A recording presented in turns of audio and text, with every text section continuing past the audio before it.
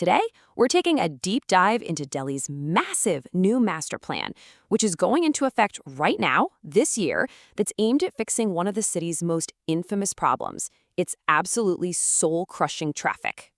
You know that feeling, right? When your car basically becomes a very expensive, very hot stationary chair.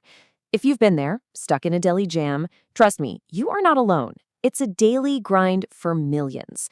But what if? What if there's finally a real plan to change all that? So just how bad has it gotten? Well, this number, it says it all. During peak hours, your daily commute can take 1.5 times longer than it should.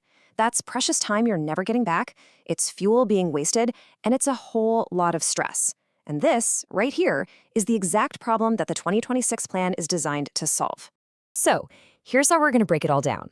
First, we'll look at the big idea of how to get fewer cars on the road by making smarter choices. Then we'll jump into the cool tech that's making all this possible. After that, we'll zoom in on how your local streets are being redesigned, and we'll see how one single system is meant to tie it all together.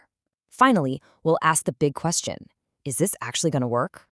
Okay, first up is the core philosophy of this entire plan. It's a huge shift in thinking. We're talking about managing demand, not just building more and more roads. This isn't about adding another flyover, it's about changing how we think about travel itself. And this slide really puts it into perspective. The old way was, well, kind of simple. See more cars, build more roads. But the new way, travel demand management, is so much smarter. It flips the script entirely. The focus is no longer on moving vehicles. It's on moving people. That means making private cars less of a default choice and making public transport the obvious, easier option. So how do you actually make driving a private car less attractive? Well, the first big tool in the toolkit is something called congestion pricing. You can think of it like an entry fee for the busiest parts of the city during the busiest times of day. The logic is pretty simple. If it costs you a bit more to drive into, say, Connaught Place at 9 a.m., you might just think twice and hop on the metro instead. The second tool is parking, and this is clever. Parking is no longer just a spot to leave your car. It's now a strategic lever to influence your choices. By limiting the number of parking spots near metro stations, or by making the price of parking go up during rush hour, the plan gently nudges you toward public transport. It's all about making the smart choice the easy choice. And here is a brilliantly simple idea. What if rush hour wasn't actually an hour?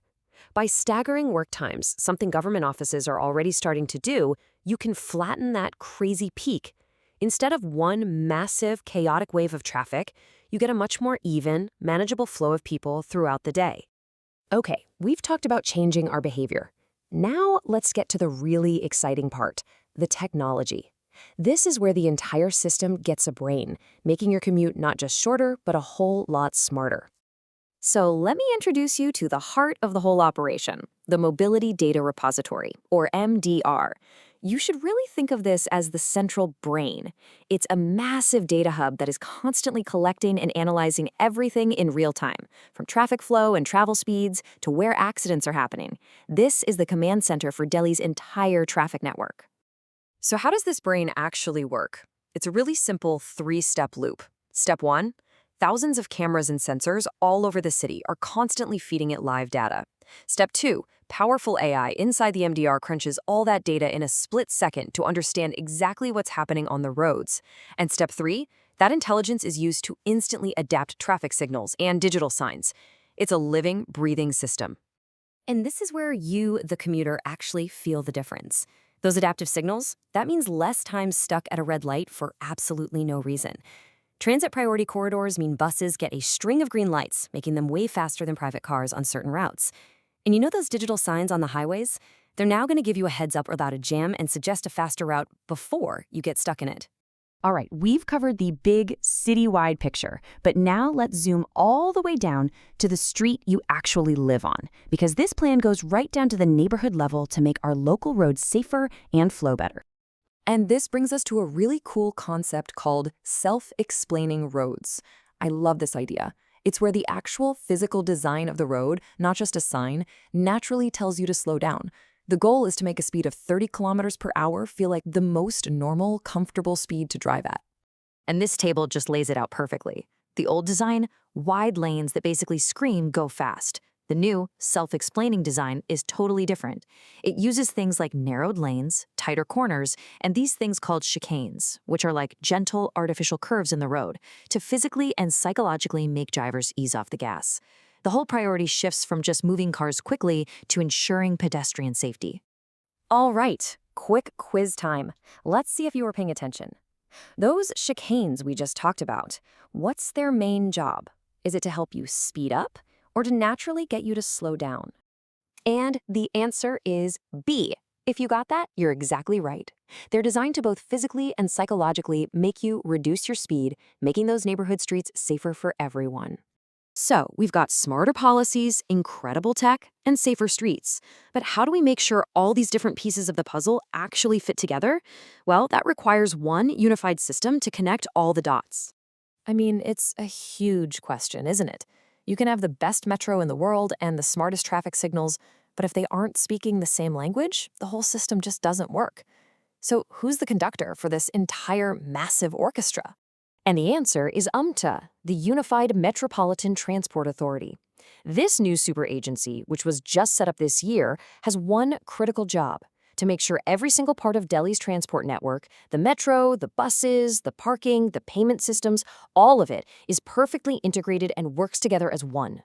And this slide shows you what that integration actually looks like in your hand. One single common mobility card for everything. You can tap it to get on the metro, the RRTS, or the city buses. You can use it to pay for that dynamically priced parking. You can even use it to top up your EV. It's about making your entire journey from start to finish completely seamless. Okay, let's put it all together now. We've seen the plan to manage how we travel, the tech that's optimizing the flow, the street designs focused on safety, and the single authority that's tying it all into one system. So, what does this future actually look like? The vision is incredibly clear and honestly pretty exciting. It's a future where your daily commute is no longer this huge source of stress and frustration. Instead, it's a smooth, predictable, and efficient part of your day, all powered by intelligent data and designed around people, not just cars. But that brings us to the final and maybe the most important question. The plan is here. The technology is real and it's being rolled out. But a system like this, no matter how smart, ultimately depends on us. Will all these changes be enough to shift our lifelong habits and convince us to maybe, just maybe, leave the car at home? That is going to be the real test.